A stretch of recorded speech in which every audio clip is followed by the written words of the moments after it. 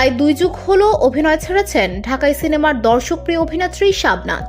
বর্তমান প্রজন্ম তার অভিনয় দেখার তেমন সুযোগ হয়নি, কিন্তু সম্প্রতি এই প্রজন্মের কাছে তিনি প্রাসঙ্গিক হয়ে উঠেছেন ভাইরাল হওয়া প্রেমের সমাধি সিনেমার একটি দৃশ্য থেকে। সামাজিক যোগাযোগ মাধ্যমে ভাইরাল হওয়া হেনা নামটি যেন বর্তমানে তার নামের পরিপূরক হয়ে উঠেছে। 1996 সালের 26 জুলাই মুক্তি পাওয়া ছবিটিতে হেনা চরিত্রে অভিনয় করেছেন শাবনাজ। তার প্রেমিক হিসেবে অভিনয় করেন বাপ্পারাজ।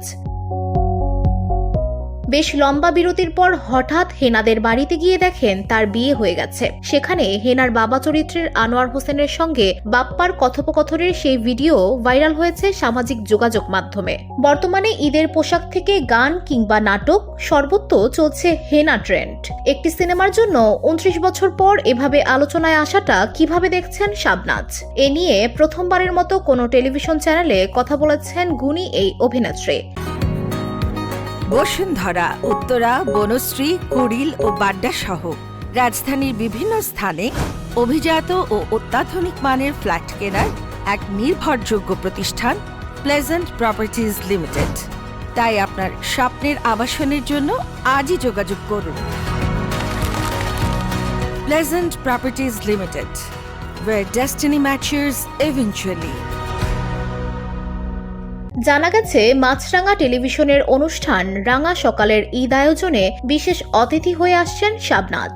এই অনুষ্ঠানেই তিনি বলেছেন, অনেকেই তো এখন আমাকে হেনা আপা নামেই সম্বোধন করছেন। বিষয়টি মজার, একই সঙ্গে বিস্ময়কর, কারণ আজকাল তো বেশিরভাগ সময় নেতিবাচক বিষয়গুলোই ভাইরাল হয়। সেক্ষেত্রে 29 বছর আগে মুক্তি পাওয়া একটি সিনেমা নতুন করে পরিচিতি পাচ্ছে। এ প্রজন্মের দর্শকরা আমাদের সিনেমা বা অভিনয় নিয়ে ইতিবাচকভাবে চর্চা করছেন। বিষয়টি অনেক বেশি ভালো লাগার। ভালো সিনেমার শক্তি এখানেই।